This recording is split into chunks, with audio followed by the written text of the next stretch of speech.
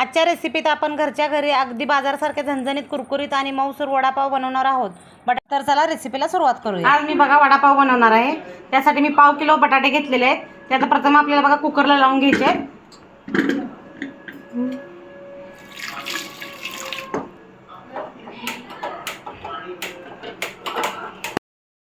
4 शिट्ट्या देऊन घ्यायच्यात बघा कुकरला. आता आपल्या कुकरला बघा मी 4 शिट्ट्या देऊन शिजवून घेतलेले आहेत बघा. बटाटा 4 शिट्ट्या दिलेत कुकरला. आता आपल्याला त्यासाठी वड्यासाठी बघा आपल्याला पीठ भिजवून घ्यायचं बेसन. कुकर निघोपर्यंत आपल्याला आता मी पीठ भिजवून घेणार आहे बघा. ओवा घालून घ्यायचा आहे. थोडंसं पीठ घेतलेलं आहे बघा मी बेसन पीठ. एक 2 ते 3 माणसापुरतं मी वडे बनवणार आहे. त्या हिशोबाने मी घेतले बघा. हा ओवा मी बारीक करून घेतला आहे हातावरती. थोडीशी हळदपूड टाकायची आपल्याला. चवीनुसार मीठ टाकायचं आहे. आता पीठ आपल्याला व्यवस्थित भिजवून घ्यायचं आहे बघा.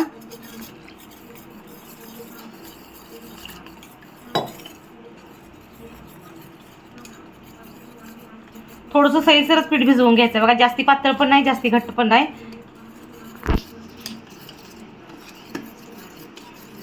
थोडासा आपल्याला यामध्ये खायचा सोडा घालायचा आहे.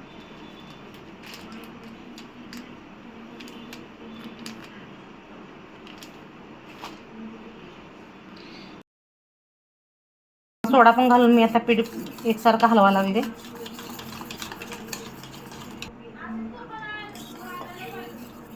बघा अशा प्रकारे आपले पीठ तयार झालेलं आहे.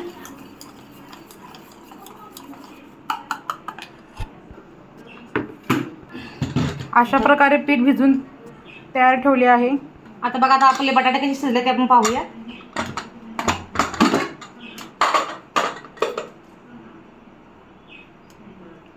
तर बघा अशा प्रकारे आपले बटाटे शिजलेले आहेत.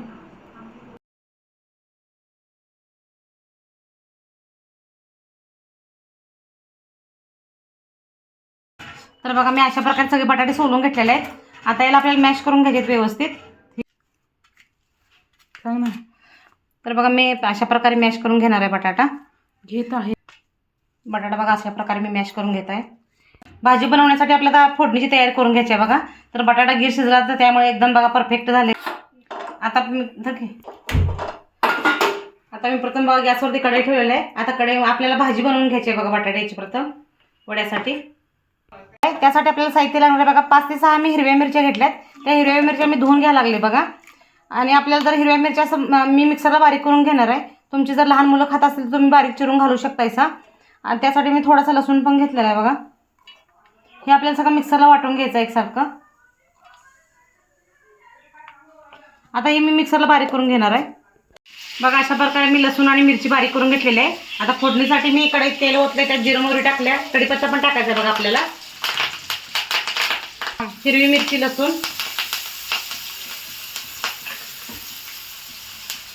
थोडीशी हळदपूड टाकायची आपल्याला. आता हा आपला बटाटा बघा मॅश केलेला आहे हा यामध्ये टाकायचा आहे.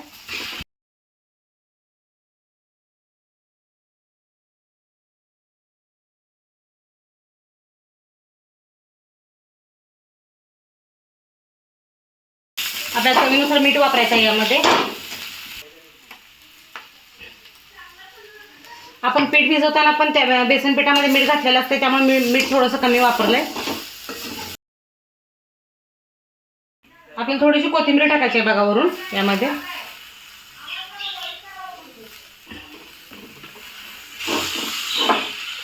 तर बघा अशा प्रकारे आपली भाजी तयार झालेली आहे. आता आपल्याला याची वडी करून घ्यायची आहेत बघा.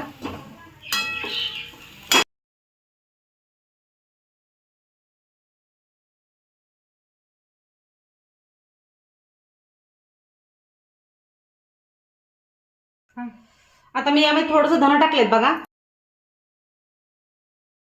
आता मी हे ताटात काढून घेणार आहे बघा. आणि वडं थापून घ्यायचं आपल्याला. तर बघा वडं तेलात तळण्यासाठी बघा मी अशा प्रकारे वडं करून घ्यायला लागले बघा.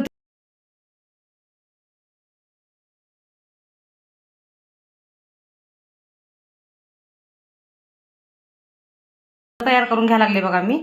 तर अशा प्रकारे करून घ्यायला लागले. तर अशा प्रकारे वडे करून घ्यावे. तुम्ही गोल पण करून घेऊ शकता आणि असं चपटे पण करू शकता.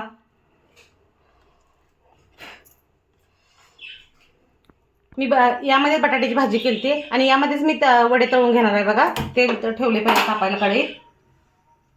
बघा अशा प्रकारे मी वडे बनवून घेतलेले आहेत बघा. आता सर्वप्रथम बघा आपल्याला मिरच्या यामध्ये तळून घ्यायच्या खाण्यासाठी.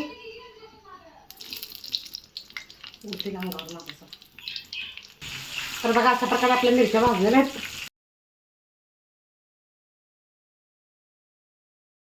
तर बघा अशा प्रकारे आपलं पीठ आहे. आता आपल्याला यामध्ये वडे तळून घ्यायचे बघा.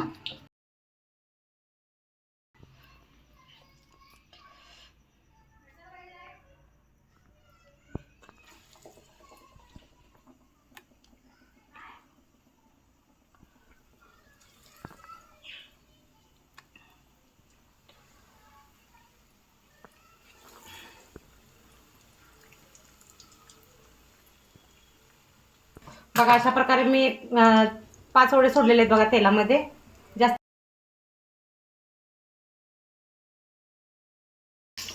आता आपली एक बाजू भाजलेली आहे बघा. आता आपल्याला पलटी मारून घ्यायचे.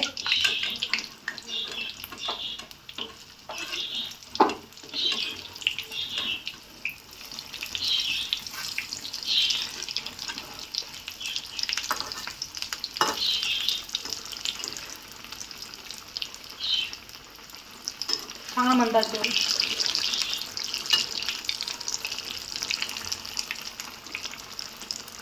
आपल्या ह्या मिरच्या भाजलेल्या ह्यांना थोडंसं मीठ लावायचं आपल्याला वरून. बघा अशा प्रकारे आपले वडे व्यवस्थित भाजलेले आहेत बघा. दोन्ही साईडनं चांगले लाल तांबूस रंगावर होईपर्यंत भाजून घेतलेत मी.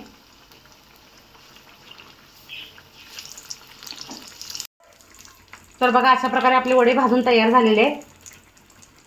दोन्ही साईडनं चांगले बघा तांबूस रंगावर भाजलेले आहेत बघा.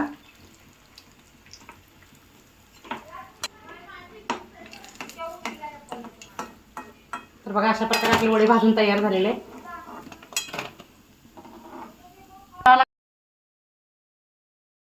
मी पण राहिलेले वडे तळून घेत आहे.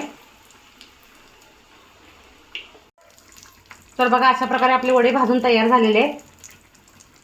दोन्ही साईडनं चांगले बघा तांबूस रंगावर भाजलेले आहेत बघा. तुम्ही ही रेसिपी नक्की ट्राय करून बघा आणि व्हिडिओ आवडल्यास चॅनलला लाईक करा, सबस्क्राईब करा, शेअर करा. धन्यवाद.